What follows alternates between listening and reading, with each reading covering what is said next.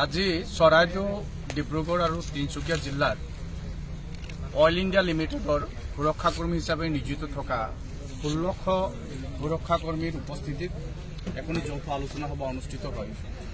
আৰু এই সভাৰ মূল যিটো কথা সেই কথাটো অসমৰ মানুহে গম পালে আচলতে আশ্চৰ্য প্ৰকাশ কৰিব যে অইল ইণ্ডিয়া লিমিটেডৰ সুৰক্ষাকৰ্মী হিচাপে নিয়োজিত থকা সুৰক্ষাকৰ্মীসকলক আজিৰ তাৰিখত 24 ঘণ্টা কাম কৰাই মাত্ৰ 100 টকা মজুৰি আৰু তেওঁলোকৰ গোটেই ৰিক্ৰুটমেণ্টৰ প্ৰক্ৰিয়াটো টেকফুলি গভৰ্ণমেণ্টৰ লগত তেওঁলোকে এটা মিউচুৱেল আণ্ডাৰষ্টেণ্ডিং কৰি থানাৰ জৰিয়তে আৰক্ষীৰ জৰিয়তে ভিডিপি হিচাপে নিয়োজিত কৰিছে।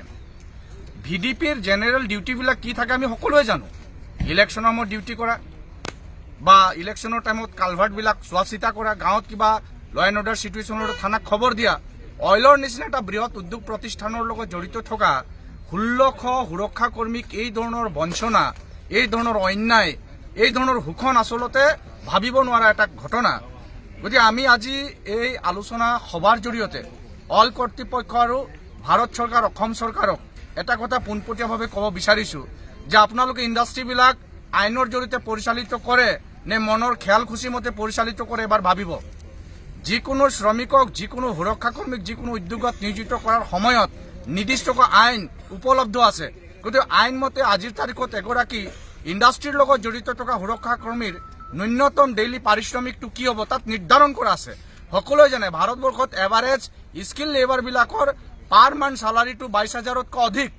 গতিকে সুৰক্ষাকৰ্মী হিচাপে নিয়োজিত কৰি অইলৰ এই ধৰণৰ যিটো বঞ্চনা বা সুৰক্ষাকৰ্মীসকলৰ ওপৰত যিটো অন্যায় ই কেতিয়াও গ্ৰহণযোগ্য হ'ব নোৱাৰে।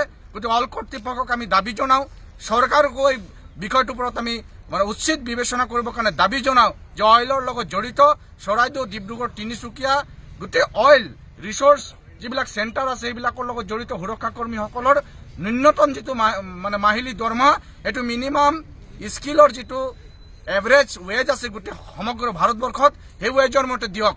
স্কিল লেবাৰ এজনৰ যিটো আজি দৰমহা আছে মাহেকৰ মূৰত সেইমতে দিয়ক।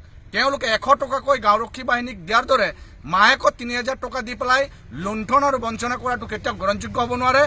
এই সুৰক্ষাকৰ্মীসকলৰ ওপৰত সম্পূৰ্ণ বেআইনী কৰা হৈছে, ইনজাষ্টিচ কৰা হৈছে। গতিকে তেওঁলোকক জাষ্টিচ দিবৰ কাৰণে আজি এই আলোচনা সভাৰ জৰিয়তে আপোনালোক দাবী জনাইছো। আৰু আমি ইণ্ডিয়ান নেশ্যনেল ট্ৰেড ইউনিয়ন কংগ্ৰেছৰ তৰফৰ পৰা, অসম শাখাৰ তৰফৰ পৰা চৰকাৰক দাবী জনাওঁ অল সুৰক্ষাকৰ্মীসকলৰ এই দাবীৰ ন্যায্য দাবীৰ সমৰ্থনত আমি আছো।